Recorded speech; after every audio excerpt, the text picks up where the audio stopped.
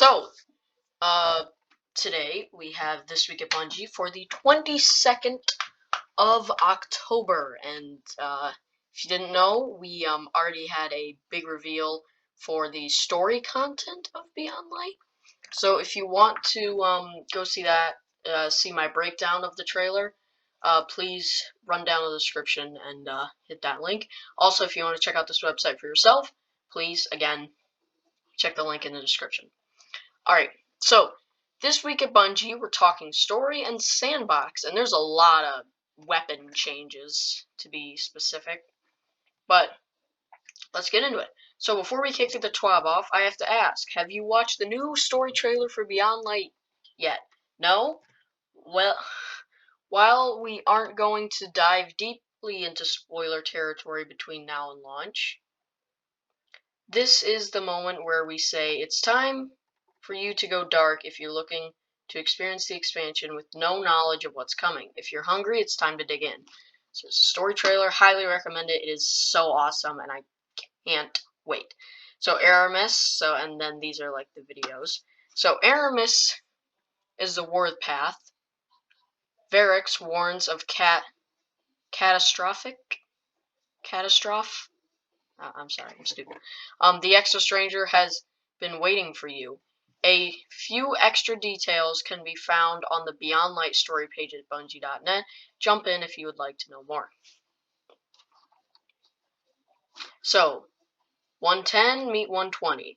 So, 2 weeks ago we began a conversation about Sandbox turning for Beyond Light. Armor modifications are getting some hefty changes, from reloads to raids. If you missed it, check out the October 8th TWAB.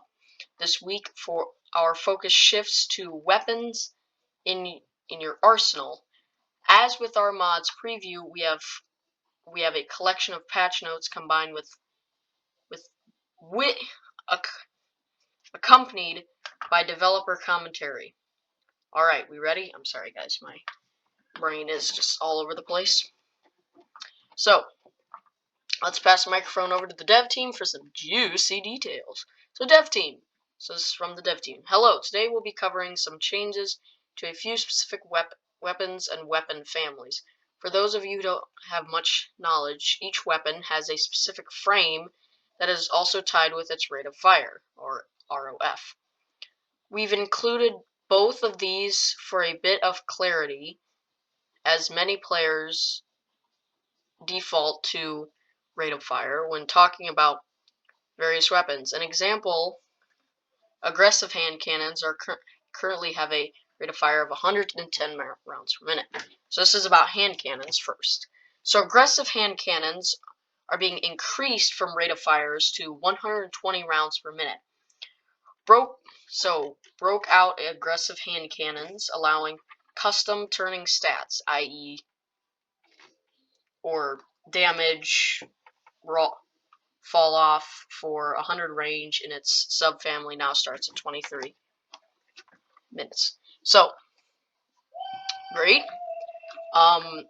So there's a lot of increasing and what's if there are hand cannons that are staying. So I'm gonna give you the rundown of it. So Adept and Precision, so range stats have more impact on minimum damage off range for both archetypes. Damage fall off for 100 range now starts at 25, and it was 20. So precision hand cannon, 180 rate of fire, magazine scaled up to 37%. Note, this also affects exotics. So exotics like this are also affected, except for one exception, which is the next one. So lightweight, so folded into adaptive. Moved all lightweight hand cannons, 150, to Adept subfamily, 140 rounds rate of fire. Sorry. This includes Luna's Howl and Not Forgotten. One exotic hand cannon will remain 140 round rate of fire. We're not going to leave it to speculation. It's beautiful. It does solar damage. It makes enemies explode. And it's Sunshot, Ariana's Vow. At this time, lightweight 150 hand cannons represent the majority of hand cannon usage in Crucible. While we experiment with many different ways to even out lightweights 150 rate of fire and adaptives 140, lightweight hand cannons consistently retained a faster time to kill, or TTK as they'll put it. As such, we optimize the we opted to equalize their ROF. Sorry guys, my brain is just not working today. So we selected 140 round rate of fire as it's fairly balanced in Crucible Sandbox. It gives other weapon archetypes some more time to breathe between shots. Avoids an overabundance of hand cannons with faster TTK than other weapons. This pairs nicely with 600 rate of fire auto rifles, more than below. I think 600 is the auto rifles that everyone loves. But what do I know? Sniper rifles. We want sniper rifles to feel powerful without being so easy to use. They dominate. So they're adjusting the aim. The AA, or aim assist, is affected by sniper rifle zoom level. So lower zoom scopes have less AA, higher zoom scopes have more. Scopes with around 50 are unchanged. So lowest zoom scopes have a large reduction in AA cone angle. High zoom scopes have a small increase. So you're gonna zoom more. In auto rifles, in Season of the Worthy, the adaptive archetype 600 rate of fire was given a buff. We're putting that back a little to keep it in check with our other auto rifle types. Thank you, because the summoner is a frickin' cheese. Adaptive. So it is a adaptive. Damage per bullet reduced from 15.75 to 14.25, and prior to Season of the Worthy, damage bullet was 13.75. So, it's not too bad. They're just going down about, they're going about they're getting rid of about 1.50, about 1.50, but it's not as bad as it was. Scout rifles. So scouts have a reasonable time to kill and can't be adjusted too much without making them dominate the battlefield. So we're making them a little easier to use. Increased how much each point of the AA stat widens the AA cone. Okay.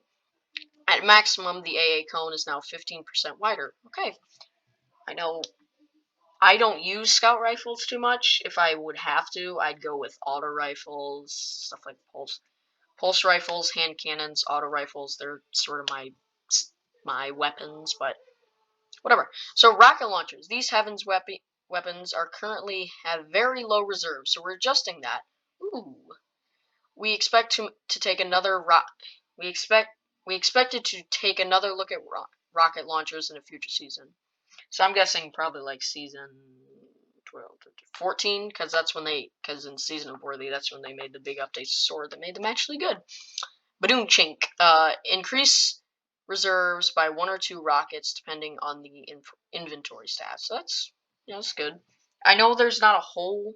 I know rocket launchers are really good. Like if you have a boss and like you just need to take it out, rocket launchers are the best way to do it.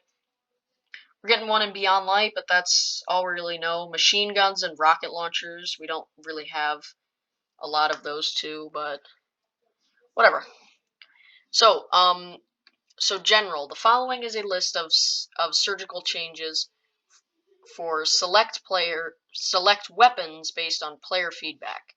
So these are just there's going to be stuff on exotics and exotic perks. So perks: outlaw, the reload speed is increased. Felt insufficient with certain subfamilies and combined of roles. So aggressive hand cannons. Increase reload stat bonus from +50 to +70. Ooh, that's good. So, Merciless, increase inventory stat from 36 to 55. This increases reserve ammo. I never use that. Mountaintop. Ah, yes, the cheesiest grenade launcher in the game. We've had a ton of feedback that Mountaintop feels a bit over the top in Crucible modes. I think I might laugh. This pinnacle weapon has had ampler time to shine, so we're taking it down a notch. So not only are all you cheese PvP players not going to be able to use it, is not only going to be sunsetted, but it's going to be kind of brought down a little. So a one-shot body shot with infinite range, quick and easy cleanup for wounded guardians even around corners, deals high splash damage, reward players for accuracy. Perfect in air accuracy allows airborne guardian to rain death, and there's too much grounded guardians cannot do to respawn. So here's the changes. So reduce splash damage by 33%, increased impact damage so that the total damage is 5% lower than before. Reduce projectile velocity multiplier from micro missile perk from the micro missile perk from 1.4 to 1.2. Now 20%, i.e. now 20% faster than other breach grenade launchers instead of 40%. So, okay. Reduces the in-air accuracy. So again, like not, Mountaintop is just kind of getting downgraded. No, the Falling Guillotine, the DPS god of this season. Literally, this is the best DPS weapon in the game at this point. Well, I mean, that's probably not true, but it is a very powerful weapon, is what I'm trying to say. So reduce heavy attack damage by around 24% to bring it in the line with other swords. Dang it. Note, Falling Guillotine will continue to be slightly above average, just not the extent that it is now. Darn it. Because whenever I go into a strike, like, all it is just three. All of us have Falling Guillotine, and we just wipe out the boss. No, there's an issue with the masterwork on this weapon that prevents it from being upgraded. This will be fixed later. Oh, sorry, that was for Falling Guillotine. Like I said, guys, my brain is not working. But we, exotic, so media multi-tool, so moved, media and media multi and media mini, so they're adding perks like hip fire grip and kill clip, and like I said, there's an issue where you can't masterwork the weapons. That prevents it from being upgraded, but this will be fixed in a later update, okay? And move the media synergy trait to the intricate, similar to how the, I'm not even going to try and say that, Boraku version works. Whatever. The S word and Drang, I will never speak of that piece of doo-doo gun. Drang moved the Together Forever trait to its instinct, similar to how B version works. Added the following perks: accurate rounds and moving target. Oh, okay. Note there's an issue with masterwork. Okay, a lot of these just having masterwork issue. Ruinous Effigy, everyone's favorite gun of this season. So transmutation spheres reduces the damage of the aerial melee attack by 25%. Ooh, that's gonna hit hard. I mean, to be honest, whenever I use that thing, I'm always in close combat, so. But still, like, that's just darn. So, significantly reduces the damage of the drain effect on enemies on combatants. Dang.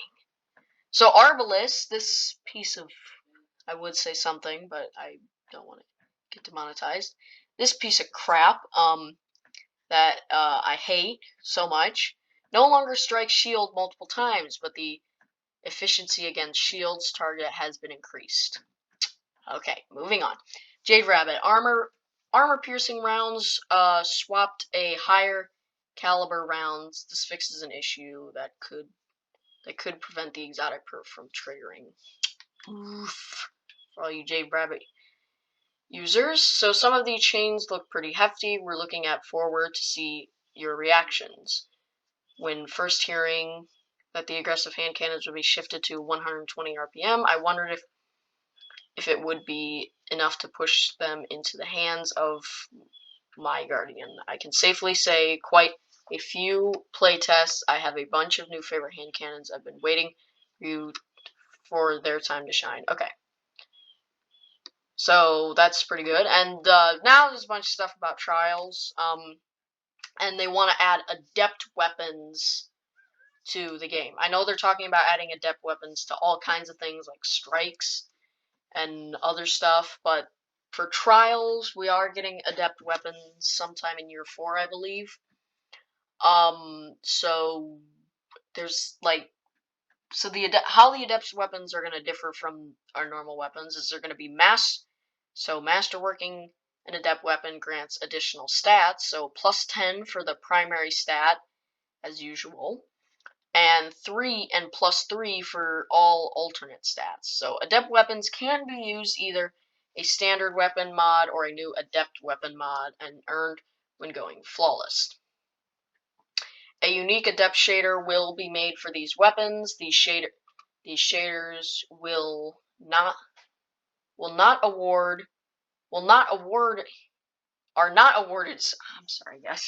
are not awarded as a consumable with dismantling an adept weapon. As such, they cannot be applied to other pieces of gear.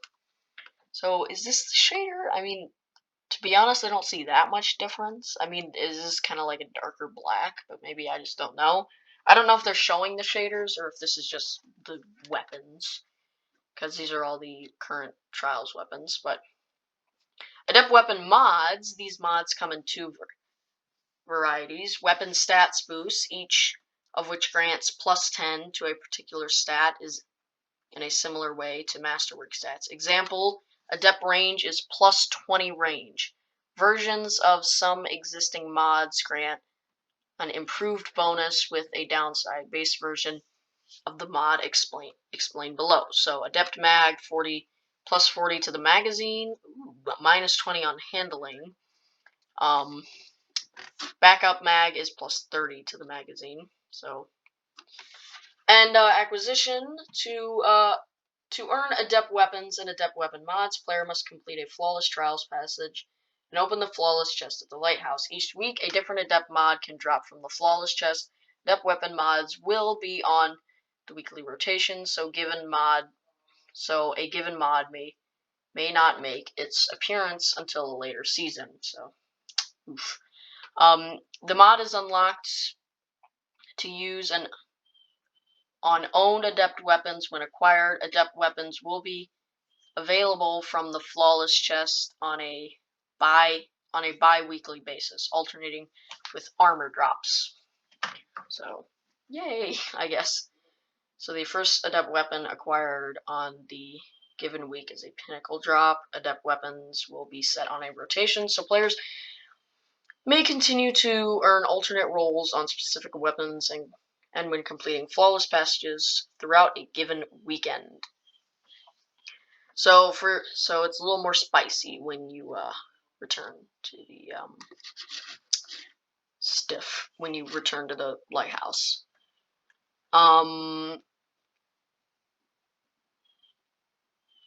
And with that, we can come to an end of our Sandbox previews leading up to Beyond Light.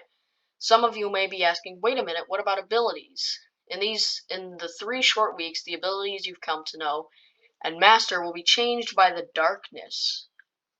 Huh. Stasis will make its debut, bringing a new flavor of combatant to the Sandbox. The team will be watching closely as you embark on your first strikes, gambit matches, and crucible exercises to see how your abilities stack up against each other.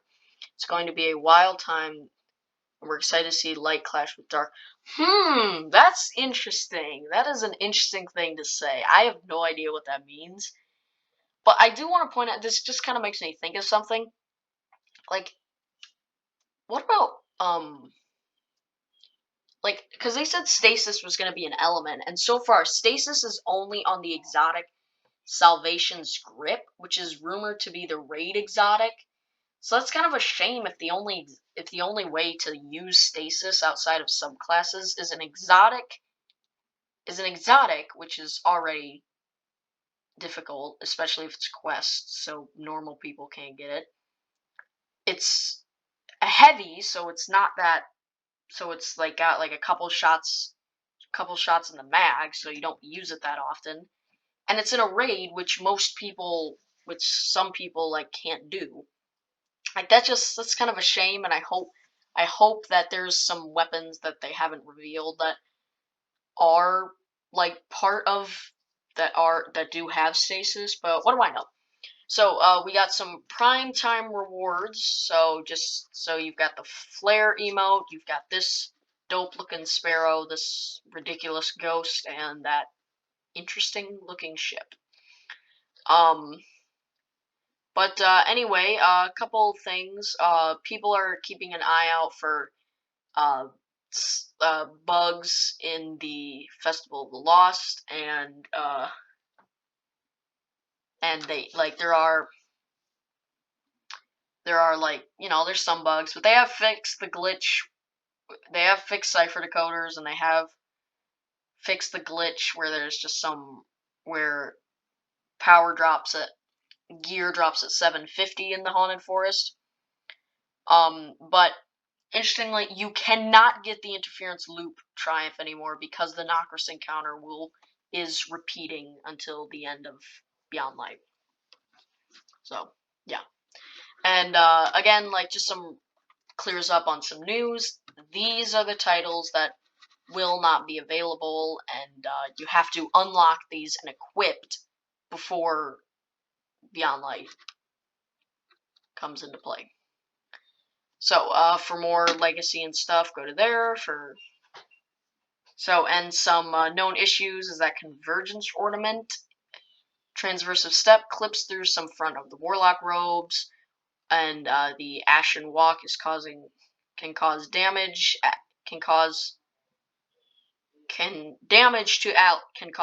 to allies, and the Unbridled Enthusiasm exotic emo is not playing audio as intended. Okay, but anyway, head there for known issues. We've got our movie of the weeks. I just want to scroll down because they say next week they're going to be talking about bounties and bounty glitches, or like what is the currency, how currency is going to work in Beyond Light. And they say, so all you guys who are saying horde bounties, because Destiny's just going to, because the Beyond Light's going to play the same way, and we're just going to do bounties all the time in public events. I'm going to make a video on that, but I might.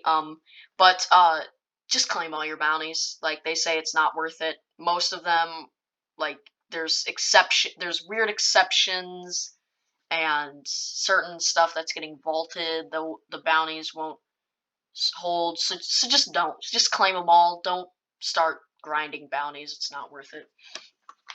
But anyway, that is the end of this massive news dump. But yeah, that is actually all we have for today.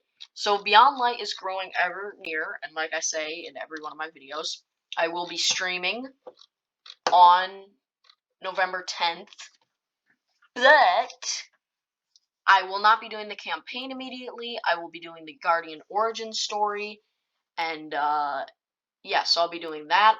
I'm going to stream whatever, you know, random. I'm going to like stream whatever random content or whatever random stuff happens in the next span of the seasons, maybe a live event. I don't know, but I'll stream that, and I'm thinking, since I've finished all for Season of Arrivals or Festival of the Lost, I thought I might do like a kind of just an in-person kind of different video, like for like Halloween, and just see how it goes. But yeah, that is all I have for today. Minor thing, this area looks awesome, and I can't wait to go to Europa. But anyway, that is all we have for today, guys. If you did enjoy, please feel free to leave a like and subscribe. If you want to see me play through Beyond Light, then again, hit the subscribe button. But that is all I have for you today, guys. I hope you're excited for Beyond Light, and I'll see you in the next episode. Bye.